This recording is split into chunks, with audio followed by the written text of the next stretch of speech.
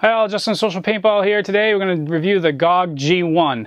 So let's go check it out. You can see a nice, again, hard carry case, foam padding inside for around a $250 or so, I believe is where these average retail. You're getting a hard case with foam padding. Even some of the high-end markers you don't get as nice of a case as you're getting with this G1. So just really nice for taking care of the marker. You can see in the box here, we've got the marker itself. Go over that in just a sec. We've got the cart stock, adjustable cart stock on the back. They give you Allen key set,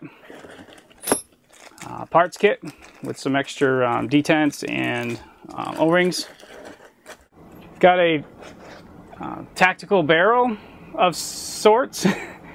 Another item I don't really like is that this tip on the barrel is not threaded, so you cannot put on different bird cages, muzzles on the end here. You got this bird cage here, but I can't take this off and put on a different muzzle, which really would be nice for a tactical looking marker. If you're going to go this way, you care about how it looks, you want it to look tactical, so you're not going to want a barrel with a fixed bird cage on the end. But it gets you started. The GOG G-1 has many tactical rails, one in the rear, one in the forward, on each side, and a short one underneath here, as well as a long rail across the whole type for your sights and what have you. You've got different feed necks that they actually provide, and if you're going to use the 45 degree one here, they actually give you the little adapter for that too, so you're good to go right out of the box. I prefer the straight one, so I'd probably put the straight one on here. But for those of you that want to have scopes back here and whatnot, and angle them around, it's great to have that option. G1 also is made of composite materials, kind of like a Glock handgun, so it's very, very durable stuff. A lot of companies are going to this composite material. GOG G1 is an electronic marker, so you do have to have a nice, fresh, good alkaline battery. It's critical to the performance of the GOG series of markers. You don't want to have a old battery or a kind of cheap toy store brand battery. You want to have a good Energizer or Duracell, something really good quality and fresh to install. And so here you can see you just remove the pistol grip, one side of the pistol grip, and then you can install the battery and then close up the pistol grip. And you can change the modes by basically how you pull the trigger when you're connecting this battery.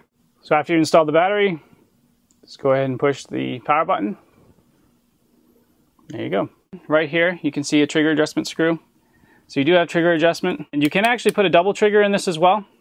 So that is a potential upgrade if you do prefer a double trigger. One little known feature on the GOG G1 is that there's a spot in the front to actually insert a tactical flashlight. You remove the bottom rail, and then using a 5/64 inch Allen key, you go ahead and you move this set screw here, take that out, and then you can take the plug out of the front where you can then insert your tactical flashlight, and you're good to go. Cart stock is going to be installed by removing this back cap and then resecuring it with the provided bolts that are actually in the cart stock. So don't lose these when you pick it up. They're actually in there. Don't be worried that there's gas on this right now. The bolt is pretty much, I'll show you here in a sec, it's just like the Envy. This is just a back cap, just a plastic piece covering up the bolt out the back system. So let me show you that. So you can see there, it's just like the Envy. That's where you're gonna actually remove the back cover and get access to the bolt. So even though this is pressurized, there's nothing to worry about. So you could take off this stock in the middle of the game with the marker still aired up. Not gonna have to worry about that. You can see this is an easy way to do the Allen key. Just hold it in the middle and then spin it. Don't get on the end of it, because then your hand's actually gonna get in the way. Just a little tip for you new people out there. So there we have the cart stock installed and the barrel. One of the most significant differences you can make in a purchase of markers is making sure you're getting a regulated marker where you're taking that gas and controlling the pressure after it enters the marker through that regulator, controlling that pressure before it gets to the bolt, so you don't end up with a lot of spikes and dips. On a marker such as here, you have my Tippmann 98, and basically you've just got the gas line, you know, from where the tank's coming in, the gas line goes straight in to the valve. So all kinds of potential for, if I was using CO2 especially, for that liquid CO2 to flow in here. And there's things you can do to prevent that, of course. But if you're just buying a Tippmann 98 and it's not going to be regulated, so this 800 psi or so, that's going to fluctuate and vary based on temperature, especially if it's CO2, it's going to go straight into here. Potentially the liquid CO2 is going to flow straight into my valve, and it's going to mess with my shots. It's not going to be very consistent.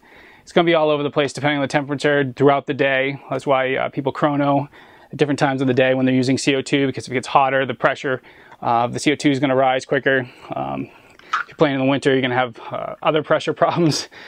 So I've done this. I got the t-shirt. I've got the $1,000 Tippmann and counting marker. I know you're all curious about how this turned out on the Rat 4, but that's another video.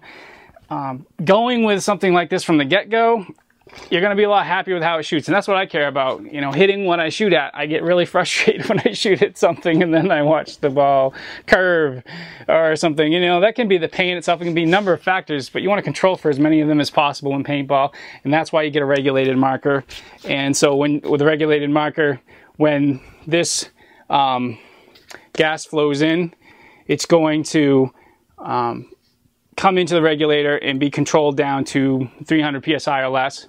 Most often, and you're going to control the velocity based on this regulator's pressure setting, whether it's a higher PSI rating or lower, which will allow the gas to flow into the bolt and control how much gas is going to be released in firing the actual paintball. So being able to have that check, this regulator, which in this case is specifically got some screens in it to keep the liquid from flowing in there, and some other neat things going on, like a pressure relief valve. So if too much pressure is in there, it just blows it out so it doesn't go into your bolt, is totally worth the extra $100 or so you're going to spend and save versus models of Tippmann and some other brands that have regulators and cost $350 or $400. Here you've got $250, and you've got a proven design that was comes from the SP1. When this marker was under the brand of Smart Parts, basic same design with a few extra features, is really going to be worth your extra money, and you're going to be happy with it long term and how it shoots, which I think is the most important when it comes to playing paintball, hitting what you shoot at. It's great to look cool, and you know I've got no problem with that. I'll spend money on that. I'm guilty as charged. Not taking no high road here. I will go out with a big crazy Milsum gun and do, you know, mag fed or whatever, have launchers on the bottom. You've all seen them on my markers.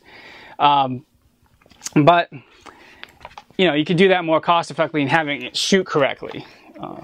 So with my 98, I'm going to go first strikes with this eventually, hopefully, because, you know, getting that to be regulated and everything and shoot right is just almost impossible with the tolerances inside of the old engine design. Versus something like this, which is a more modern design, internally, electronic, got a regulator. It's just the way to go. So, hope I didn't bore you with the talk of the comparisons between the two, basic regulated and unregulated, but it's a huge difference. And I think one of the most significant differences in when you make a marker purchase and how you're happy with its performance or not. If it's not regulated, you're going to realize it if you spend any kind of time in the sport, and you're going to get rid of that marker or set it on the shelf in favor of a regulated marker.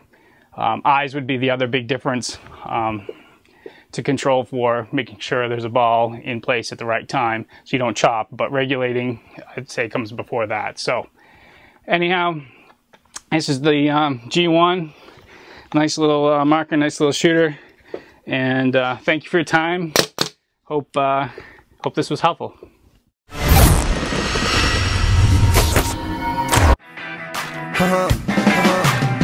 Twist the tune, make everybody cheer. Breathe the moon, inhale the light year. Who's the goons that's ready to